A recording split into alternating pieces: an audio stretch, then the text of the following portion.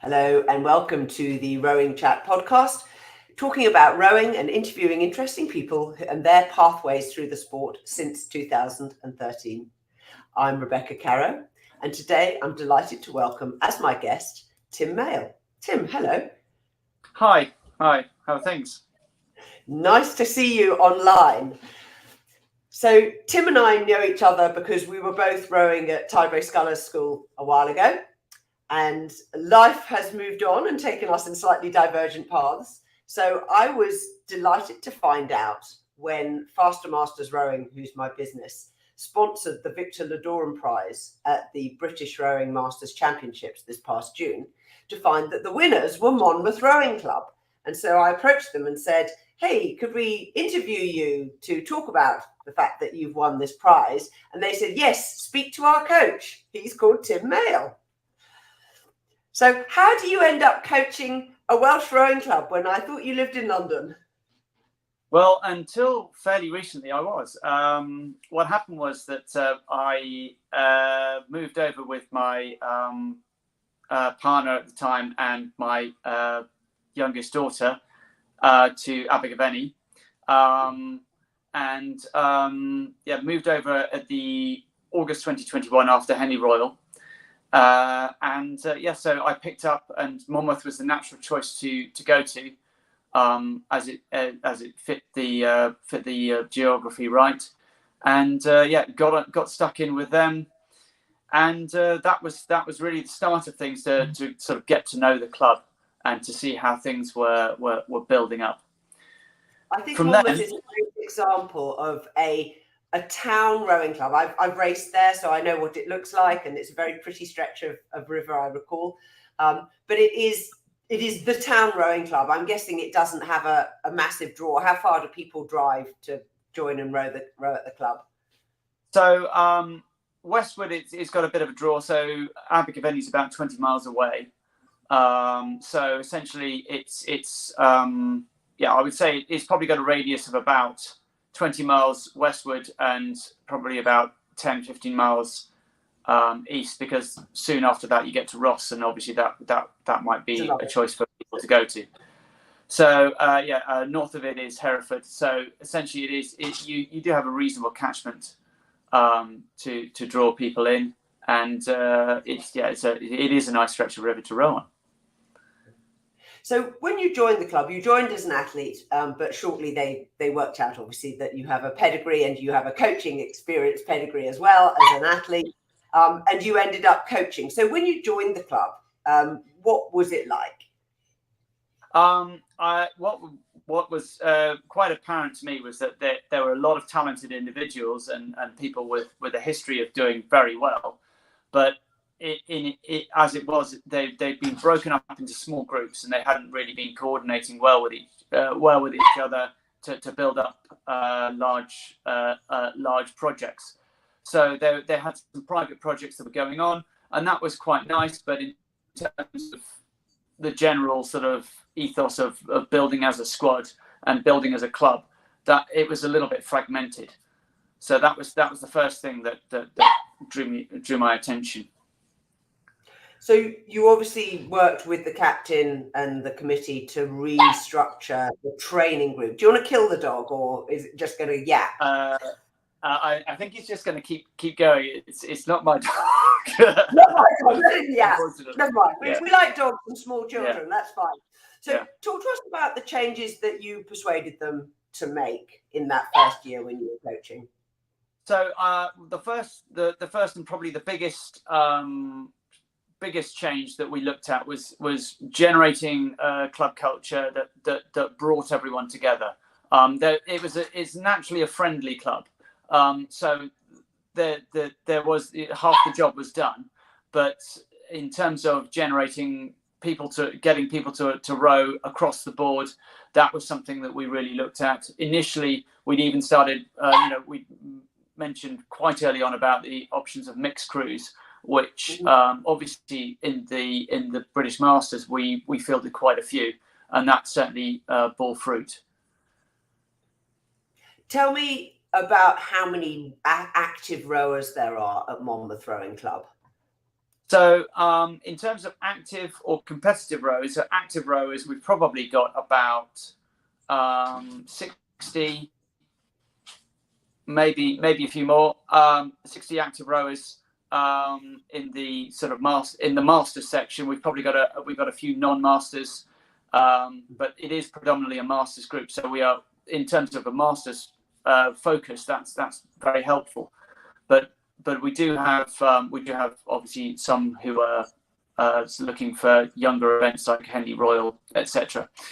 But really, in terms of the masters focus, we had a reasonable amount. We have a large contingent of those who've been there, got the t-shirt, etc. That actually maybe not so serious. So and they were mixed in with a group of very inexperienced, essentially learn to row graduates. So we had a quite a broad group there to manage, which we set out as the club group, which may not have a higher competitive focus, but still obviously that they're paying their subs and they deserve to get coaching as well. So we set them up and we look at their various different goals and set them up for them.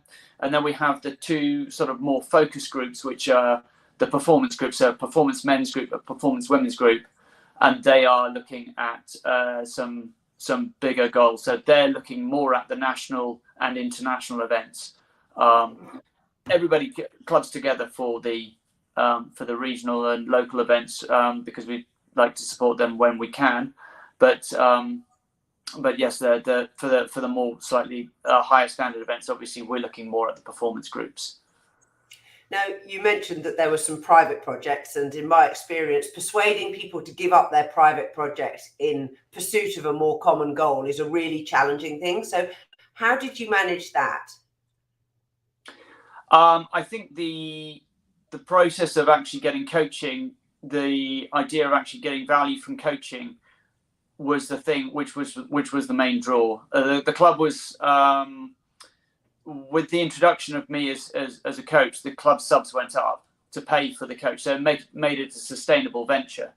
And therefore people knew that they were paying something for that service, and they looked at the service and they saw what value they could get from it, and whether they could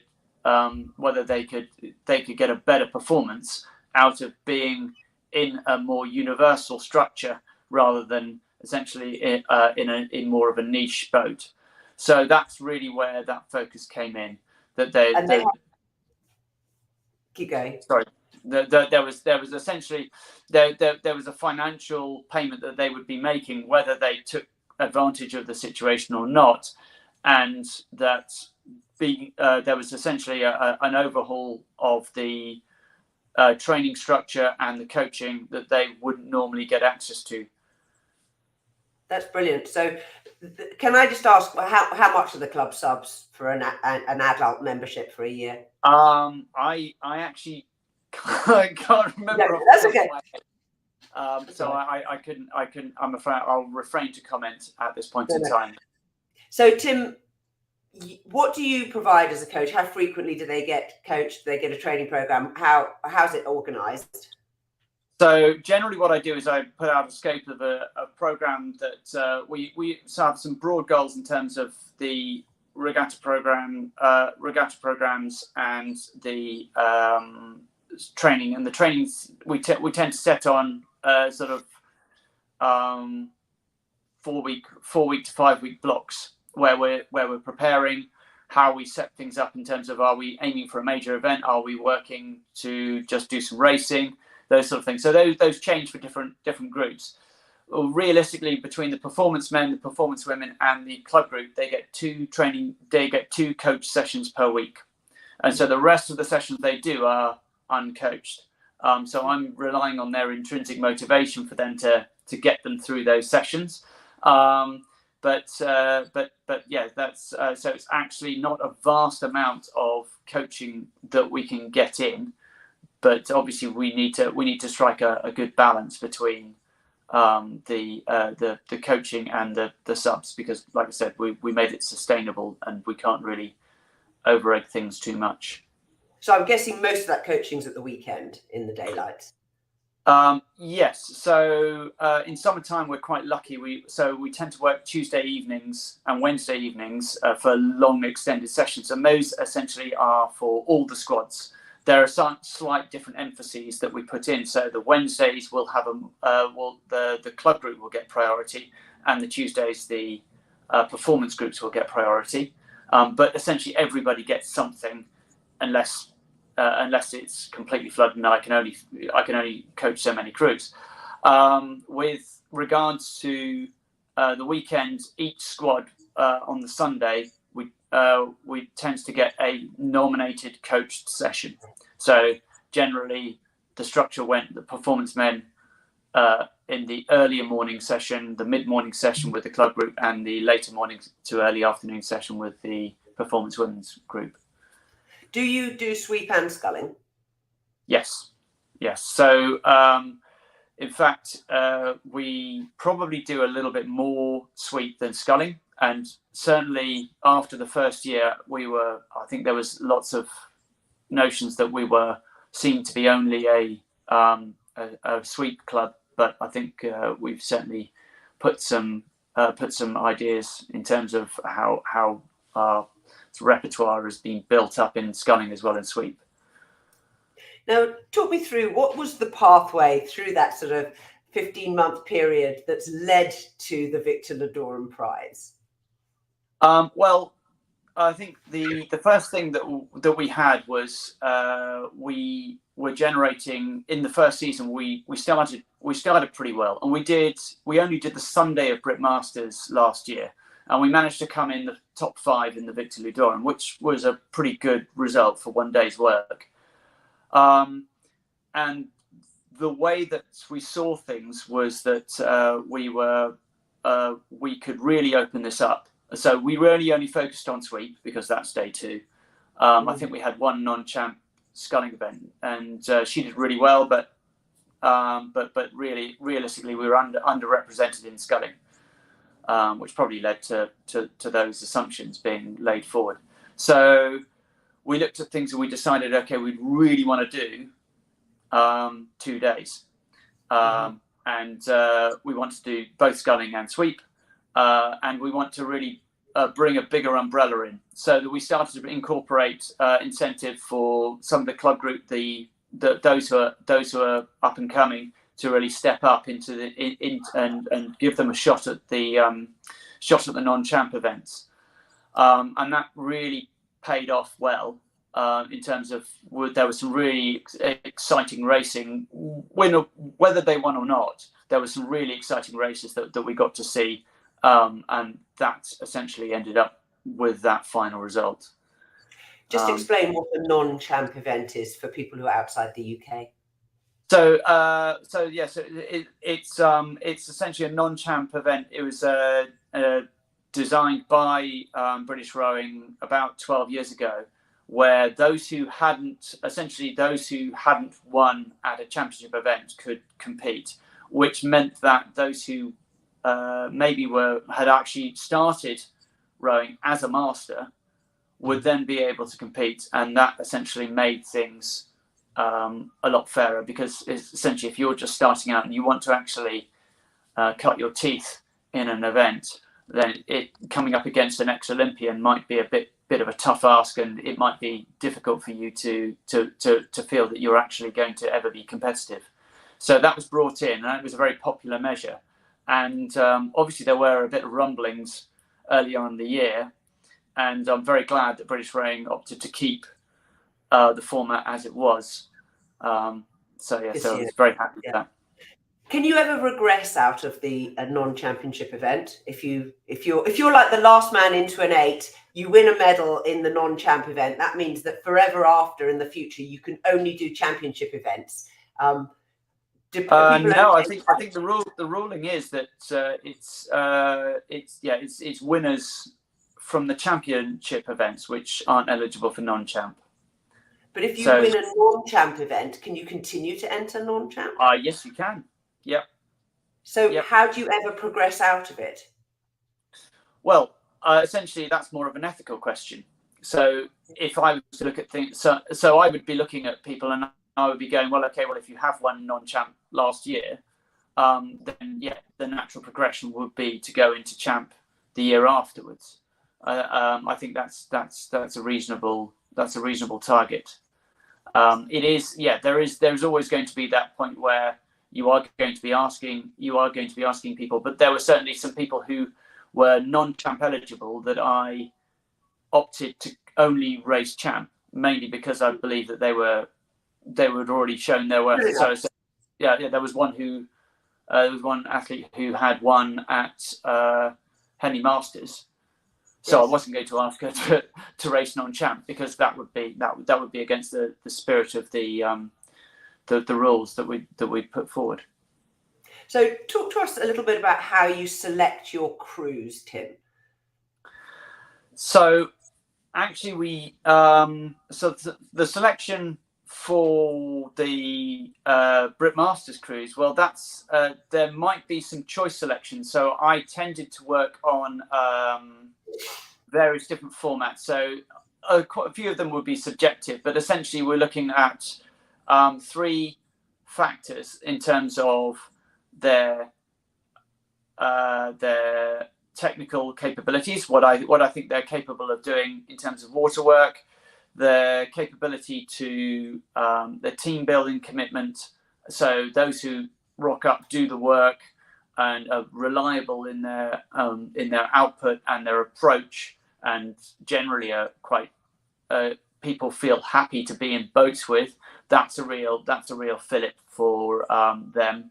So those are fairly high on the list criteria that I'm looking for. The other one would be coachability, so the capability for them to change, and you obviously having to make adjustments for the frequency of sessions that they can do, and the ability for them to change within those sessions. So those are 2 aspects. So essentially, if I select a crew, I'm expecting that crew to be at the slowest it can be before I then take it to competition, because if they aren't coachable, they're not going to get any faster. The other aspect is, and was slightly controversial, is a weight-adjusted ergo test. So that's worked for the men. For the women, we didn't focus on that so much, but that essentially was part of the overall selection for choice boats. However, was it a 1K erg test? It was a 1K, yeah. It was specific to the distance that we're looking to do. So for a head, it would be 5K. For sprints, as soon as we hit sprint season, it's 1K. For those lucky enough to go for Henley, well, obviously we did too. But the other factor was that we had to actually, our target was top 3 in Victor Ludorum. To actually do the Victor Ludorum, what we needed to do was train people to be able to cope with multi-event, because realistically, it wasn't about selecting one crew. It was about formulating people to be able to do anything up to 6 events over the course of the weekend. Okay. Yeah. And that could be a heat and a semi-final and a final. Yeah. So, yeah. Yeah. Well, we never. It was always heat to final or straight final. So, yeah. But you could have potentially 12 races over the course of a weekend, which is a lot. But realistically, what we'd done a pretty successful training format in the run into the World Masters in Libourne, where we'd worked that, and people were doing anything up to 5 flat out 1Ks in the day. So and we got very good results in Libourne. We were 3rd in the table at the end. So we knew that in the performance groups there was certainly that scope, and those who stepped up from the club group, they really did pull it out. So that was a really good return we got for our effort. So I think that we definitely looked at things. So whilst we might have gone, well, okay, there's this choice boat which we think will have a really good shot at gold, we're always looking at essentially the approach of points mean prizes, that it's about people generating a high level performance that may or may not win, and we operate on the picket fence result mentality, that a close win, a close loss is still a benefit if we're still racking up the points towards the total tally. And that's essentially how things worked. Obviously for the non-champ it's win or nothing, but it's still for them, it's also about the experience of going out there and doing 6-lane racing.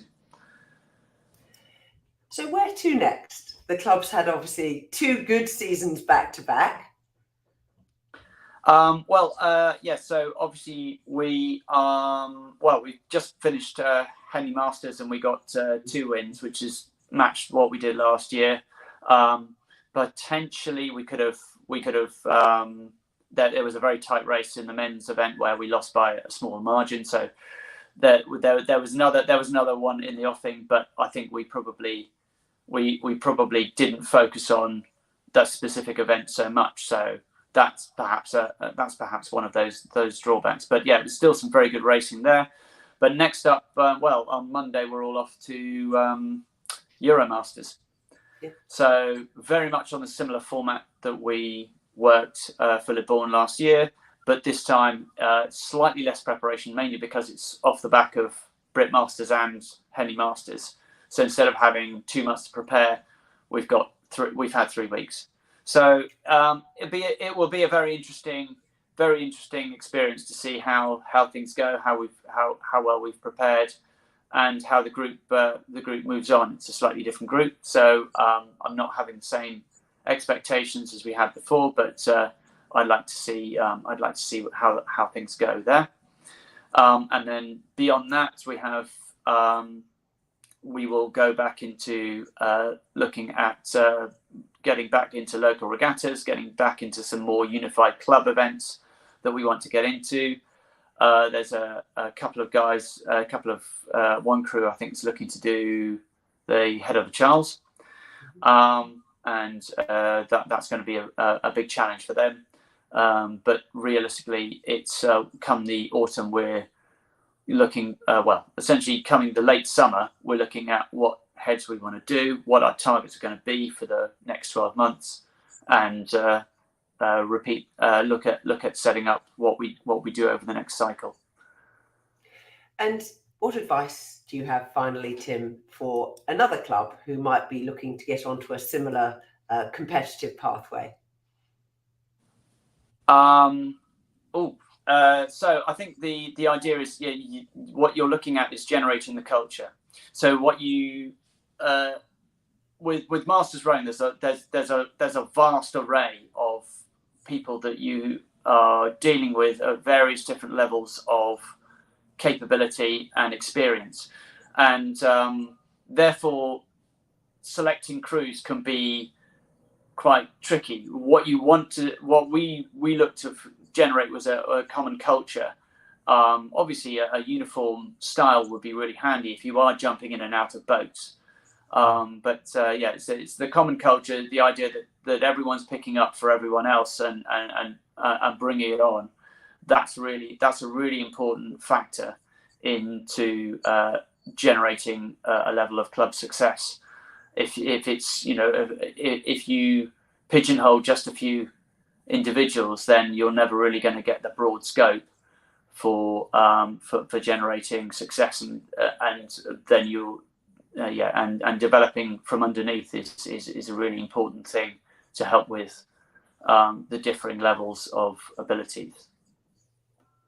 Tim, thank you so much for joining me and sharing the insights into how Monmouth Rowing Club have built up their master squad and obviously had some extreme race success. I wish you all the best for the future, and please tell the listeners, if they want to connect with you or join the club, how they should do that. Okay, thanks very much, Rebecca. If you're a Masters Rowing Club and you'd like to come and talk about what it's like being a club coach, please stick around and get in touch with us at the website, which is www.rowing.chat.